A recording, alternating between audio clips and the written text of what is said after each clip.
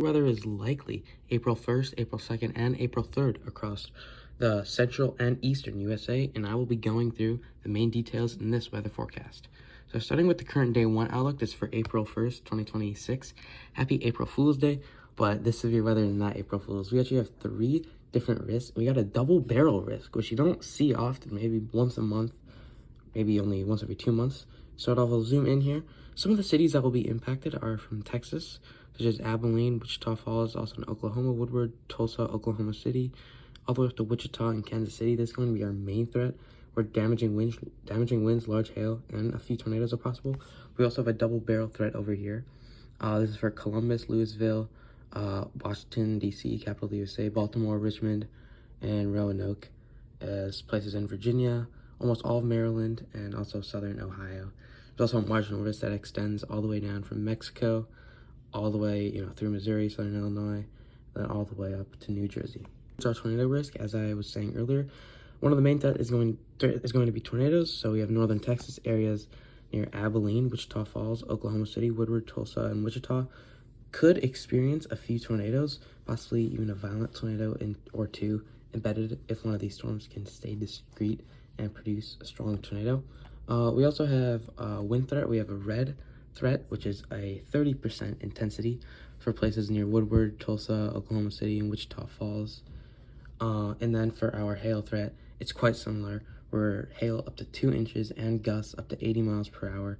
Obviously, if there's a tornado, it would be more, but all those are possible in today, April 1st, 2026. So stay safe. Our current day 2 outlook for April 2nd, 2026. So this risk today is tomorrow is more confined. It's for places mainly like Missouri, Iowa, some of southern Wisconsin, all of Illinois, central northern Indiana, and Michigan. And some of the main cities in this risk are Peoria, Springfield, Des Moines, Milwaukee, and Chicago. Chicago and Milwaukee are just outside the enhanced risk, but obviously that's a big population. You guys gotta stay safe. If you are in any of the yellow or orange, which is a slight or enhanced risk, as you can see, there's a lot of people for a small area, for only central northern Illinois, southern Wisconsin, and just eastern Iowa. There's almost 9 million people in this risk, and in the slight risk, there's almost 15 million. Marginal risk, there's 16 million. So for kind of a small risk, a relatively small risk, the population is still large. So this is a day to look out for. Our tornado risk is actually significant. We have a 10% Sig 1 tornado risk, which means many tornadoes are possible. Possibly if there's obviously discrete cells, they could produce strong tornadoes, and if there's a line, they could produce many QLCS tornadoes. And just a reminder, go subscribe to my Twitter channel while I post warnings and updates a lot of the time. So that'd be greatly appreciated if you do that. Then our wind threat is red, obviously for Chicago, Milwaukee, Peoria, Springfield, and areas around those. Hail risk isn't as much, but obviously a few big hailstones are possible, as well as damaging wind gusts. Day 3, April 3rd outlook. We have an enhanced risk of severe weather for kind of central and southern Iowa near Des Moines, and kind of near Omaha. It's a bit outside the risk. Then we also have a slight risk extending from kind of western Illinois all the way down to Oklahoma. Then we also have a marginal risk surrounding that threat. Again, this is for April 3rd. We got and this is, we don't really have the hail and wind tornado outlook yet, but if there was, obviously it will be introduced tomorrow.